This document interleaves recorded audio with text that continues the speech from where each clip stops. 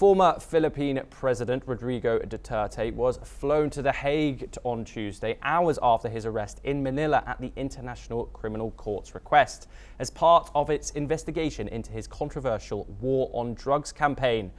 Rodrigo Duterte, a maverick ex-mayor and former prosecutor who led the Philippines from 2016 to 2022, was arrested early on Tuesday, marking the biggest step yet in ICC's probe to alleged war crimes and crimes against humanity during an anti-drugs crackdown that killed thousands and drew condemnation from around the world. The war on drugs was the signature campaign platform that swept to power the mercurial crime buster nicknamed the Punisher, who was soon delivered on promises he made during rhetoric speeches that thousands of drug pushers would be killed. According to police, 6,200 suspects were killed during the anti-drug operations under Duterte's presidency that they say ended in shootouts.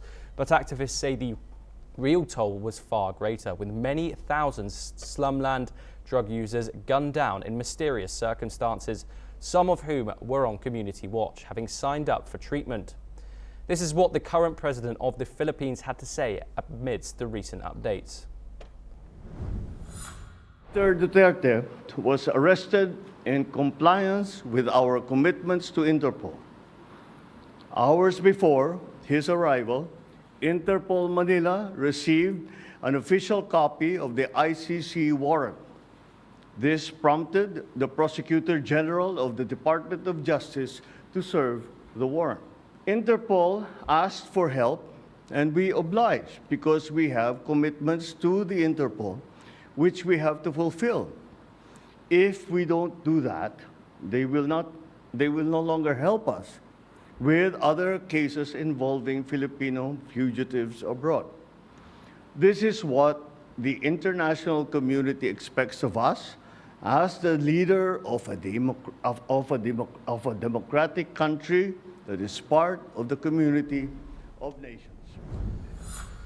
Now moving on to news from the United States once again. The Department of Education said on Tuesday that it would reduce the size of its workforce to roughly 2,100 employees by placing staff on administrative leave from March the 21st.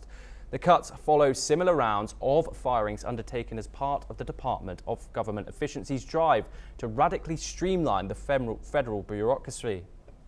Today's reduction in force reflects the Department of Education's commitment to efficiency, accountability, and ensuring that resources are directed where they matter the most to students, parents, and teachers.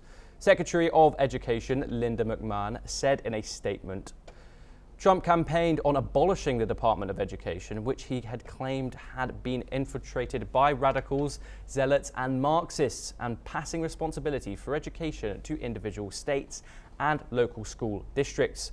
In an exchange with reporters last month, the US president said that he had told McMahon that he wanted to put her out of a job.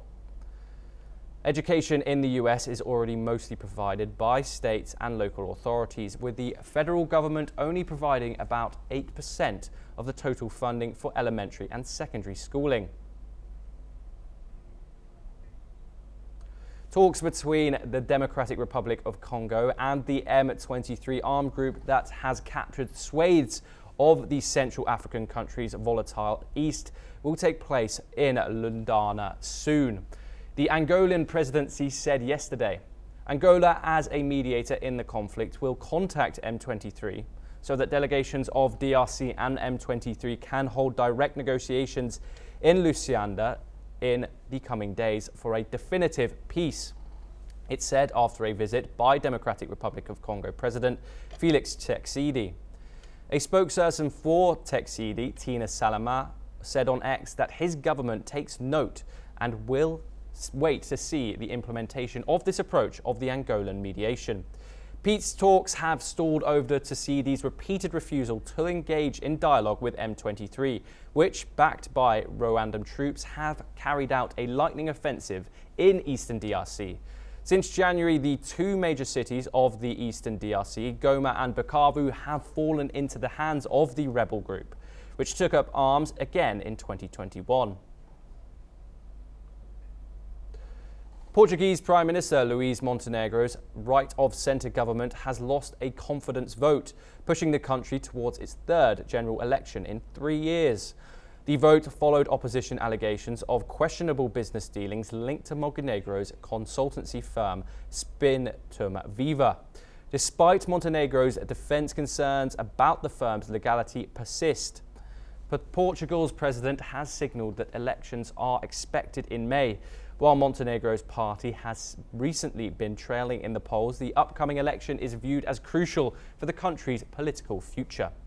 Here's what the Prime Minister had to say after losing the no-confidence vote. Sai fragilizado é sobretudo o país e eu lamento profundamente que assim seja, mas governo que não tem maioria absoluta na Assembleia da República, governo que depende da legitimação também do Parlamento para poder executar o seu programa, quando essa legitimação está posta em causa, tem de ter a coragem. And that's all we have time for. We will continue to bring you more news updates from across the world.